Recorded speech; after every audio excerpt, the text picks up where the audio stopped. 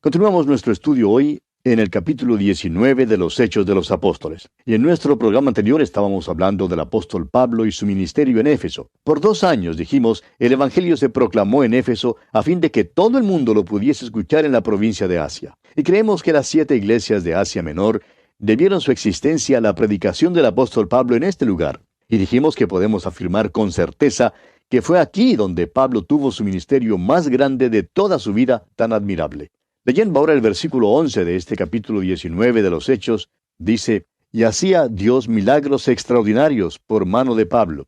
Ahora hay diferentes palabras que se usan en griego que nuestra Biblia traduce como milagro. Aquí la palabra para milagro es dunamis, de la cual recibimos nuestra palabra dinamita, y quiere decir un acto de gran poder. Es decir, que Dios hizo obras especiales de gran poder por medio de las manos de Pablo. Estos milagros son una señal de que Pablo tiene los dones de un apóstol.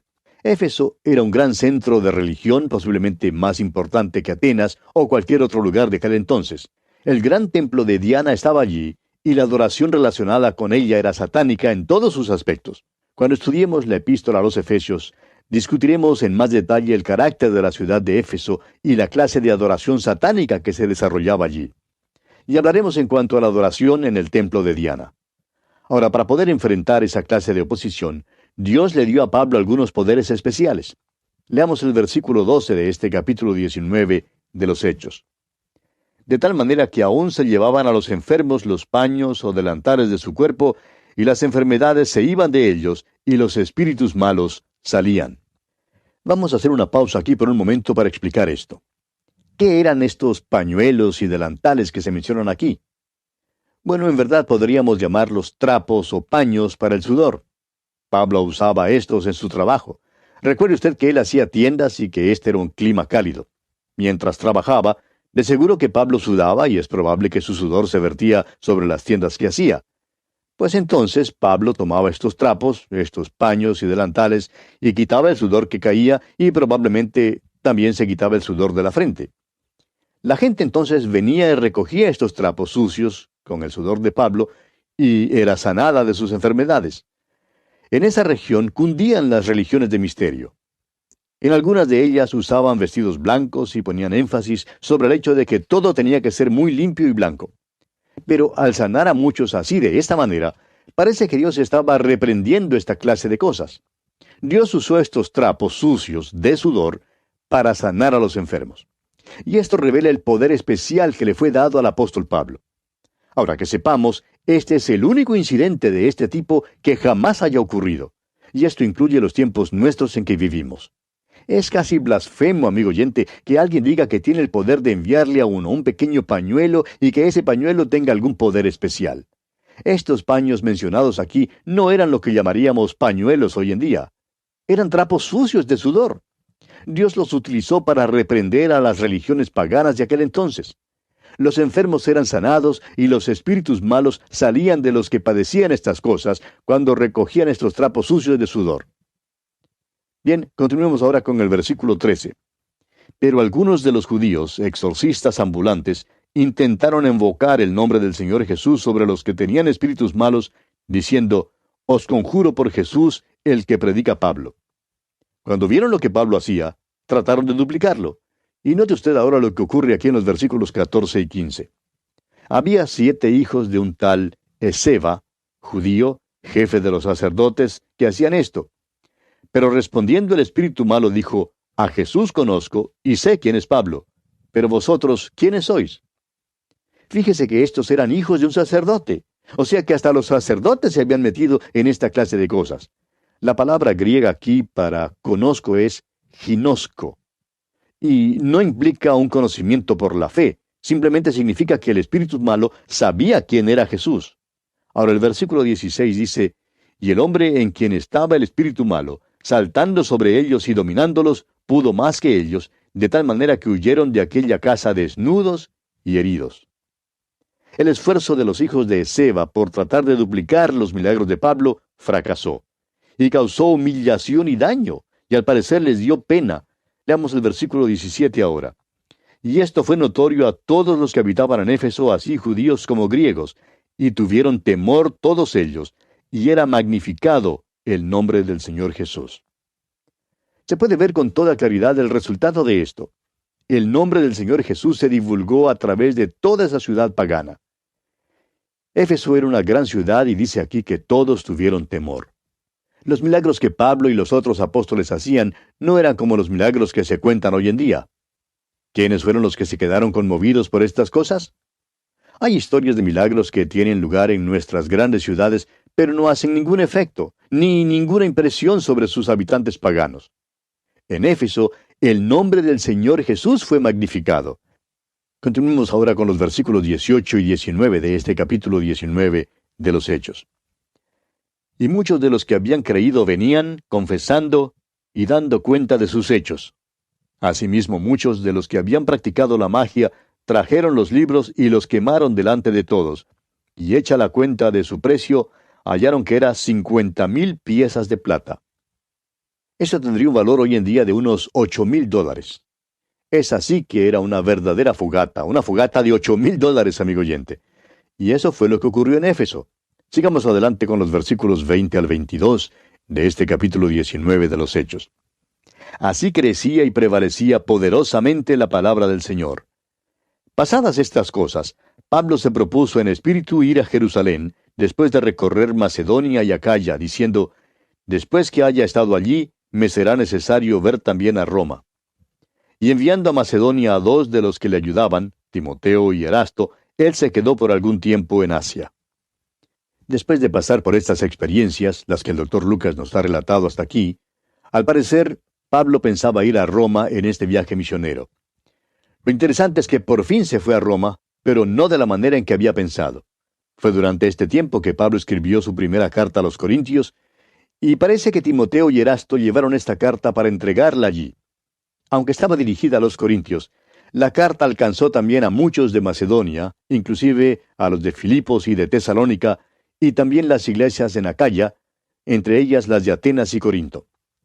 Fue en esta carta donde Pablo declaró que se le había abierto una puerta grande y eficaz en Éfeso, pero que a la vez había muchos adversarios. Podemos ver ahora que los adversarios eran satánicos. Esta ciudad era un centro de religión pagana y de la adoración satánica. Avancemos con el versículo 23 de este capítulo 19 de Hechos. Hubo por aquel tiempo un disturbio no pequeño acerca del camino.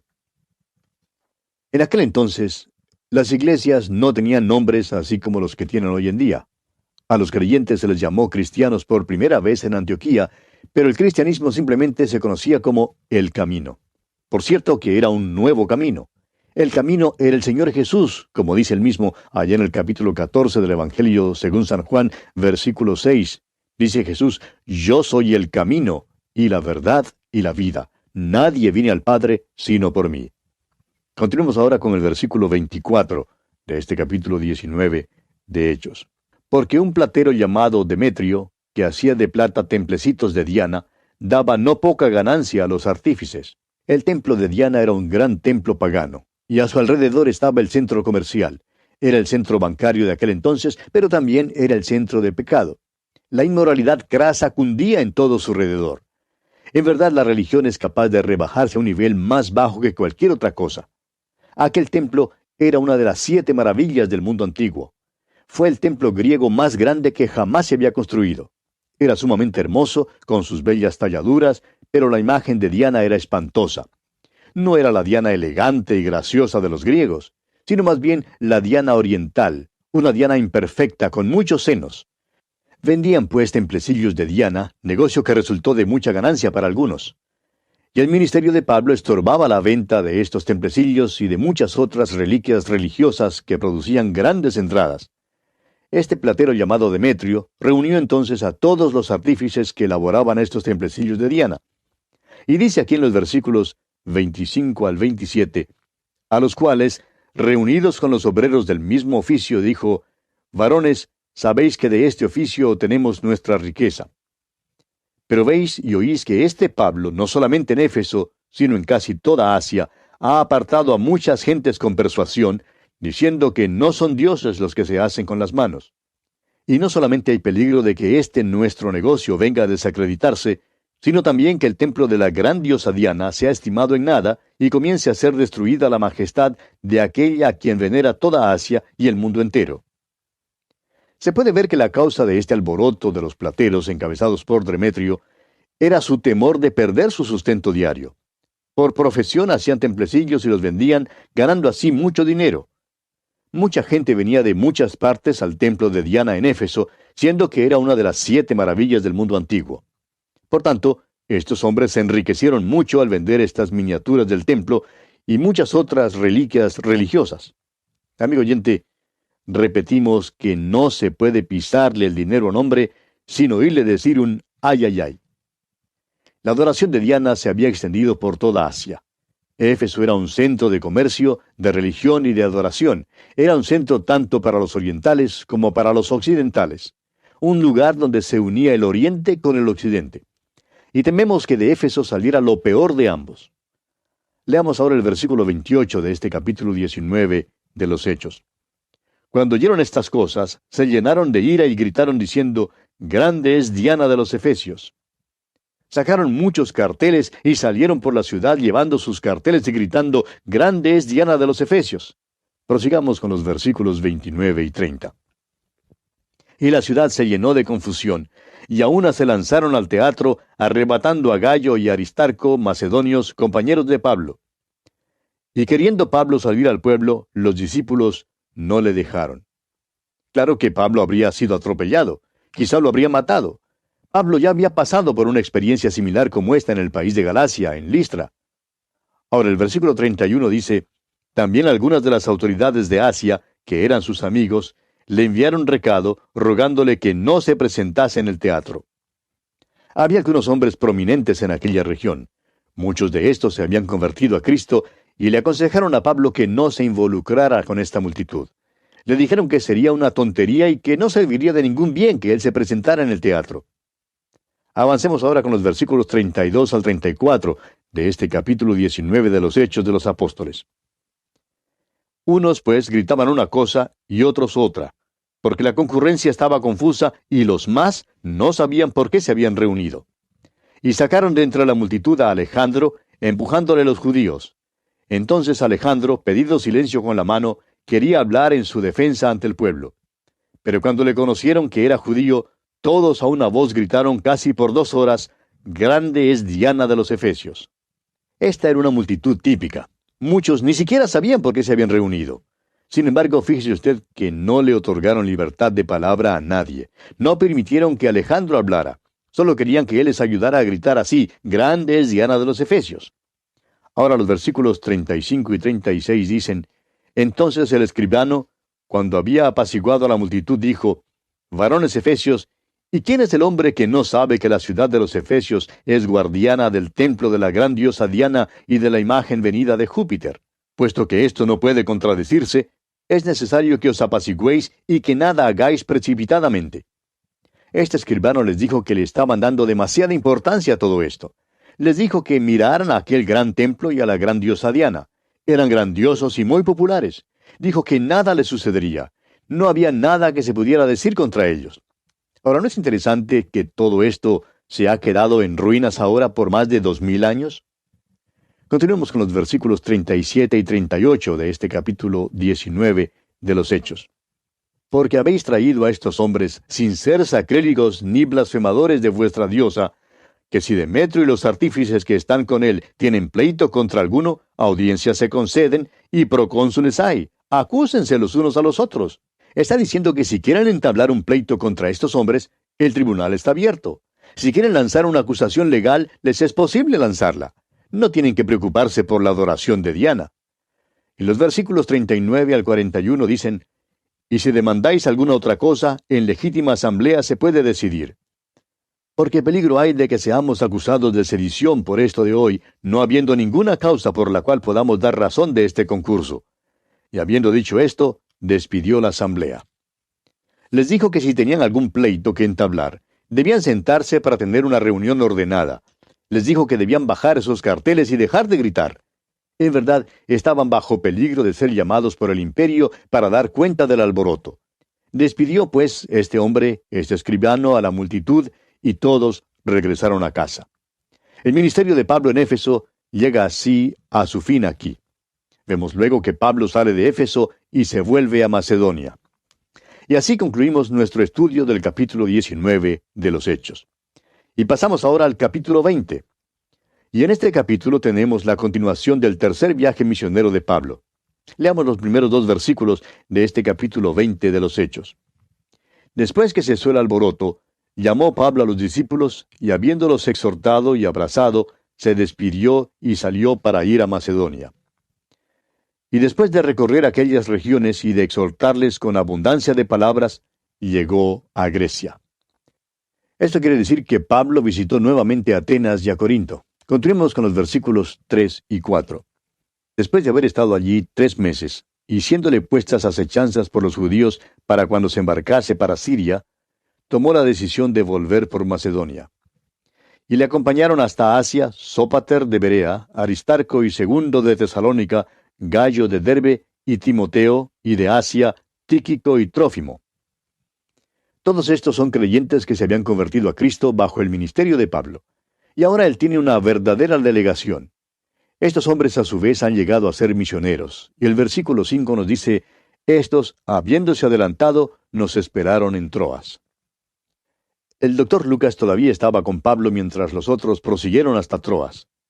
Ahora Pablo regresa de Éfeso en su tercer viaje misionero, y veremos que viajará hasta llegar a Jerusalén. Es preciso reconocer que cuando Pablo pasó por Grecia y Macedonia, visitó a todas las iglesias que había fundado allí. Para hacer esto, tuvo que visitar las ciudades de Atenas, Corinto, Tesalónica, Berea y Filipos. Además, Pablo visitó a todas las iglesias que estaban en Europa, o por lo menos en la región europea de su tercer viaje. Usted recordará que Troas era el lugar desde donde Pablo partió para Europa en su segundo viaje misionero. Ahora regresa a Troas durante su último viaje misionero. Permítanos leer una vez más el versículo 5 de este capítulo 20 de los Hechos. Entonces, habiéndose adelantado, nos esperaron en Troas. Había un grupo de hombres que le acompañaban. Estos también eran misioneros y ya habían viajado antes con Pablo. Creemos que cuando Pablo tenía un ministerio en un lugar como Corinto, estos hombres salían y trabajaban proclamando la palabra en los distritos rurales. Leemos en la epístola a los Colosenses, capítulo 1, versículo 6, acerca del hecho de que la palabra de Dios ya se había proclamado al mundo de aquel entonces. Leemos allí que ha llegado hasta vosotros, así como a todo el mundo, y lleva fruto y crece también en vosotros desde el día que oísteis y conocisteis la gracia de Dios en verdad. Parece increíble, pero era cierto. Aquella frase, a todo el mundo, no era un mero gesto oratorio. Significa todo el imperio romano, porque este era el mundo de aquel entonces, y la palabra de Dios se había promulgado a través de todo el mundo romano. Lo que tenemos aquí en el libro de los Hechos es un relato muy limitado de la obra misionera que se llevó a cabo. Recibimos solo un conocimiento parcial aquí y tenemos que reconocer que había otros que trabajaban con los apóstoles. El libro de los Hechos descubre la obra de Pedro y de Pablo como puntos culminantes. Pedro como el apóstol a los judíos y Pablo como el apóstol a los gentiles. Sigamos adelante con el versículo 6 de este capítulo 20 de los Hechos. Y nosotros, pasados los días de los panes sin levadura, navegamos de Filipos, y en 5 días nos reunimos con ellos en Troas, donde nos quedamos 7 días. Es interesante que el viaje en que se demoraron 5 días, ahora los turistas lo pueden hacer como en 50 minutos. ¿Cuán diferentes son los medios de transporte en el día de hoy? Ahora, los medios de transporte puede que sean más eficientes, pero ¿es más efectivo nuestro ministerio? Prosigamos con el versículo 7. El primer día de la semana, reunidos los discípulos para partir el pan, Pablo les enseñaba, habiendo de salir al día siguiente, y alargó el discurso hasta la medianoche. Ahora hay varias cosas aquí que quisiéramos decir en cuanto a este versículo. Queremos que usted observe en primer lugar que fue un primer día de la semana en que se reunieron. La iglesia primitiva ya tenía la costumbre de reunirse en el primer día de la semana. Más tarde veremos que Pablo dice a los corintios que deben traer sus ofrendas en el primer día de la semana. Dice allá en su primera carta a los Corintios, capítulo 16, versículo 2, cada primer día de la semana, cada uno de vosotros ponga aparte algo, según haya prosperado, guardándolo, para que cuando yo llegue no se recojan entonces ofrendas. En nuestro versículo aquí, en el libro de los Hechos, leemos, el primer día de la semana, reunidos los discípulos para partir el pan. Esto quiere decir que celebraban la Santa Cena los días domingos. Fue en este día cuando Pablo les predicó. La iglesia primitiva, pues, se reunía el primer día de la semana. Y vamos a detenernos aquí, amigo oyente, porque ya nuestro tiempo ha llegado a su fin. Continuaremos, Dios mediante, la consideración de este importante asunto en nuestro próximo programa.